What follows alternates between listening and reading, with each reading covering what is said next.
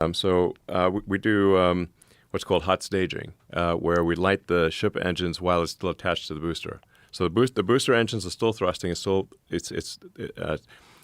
being pushed forward by the booster of the ship. But then we light the ship engines, and the ship engines actually pull away from the booster, even though the booster engines are still firing. Whoa.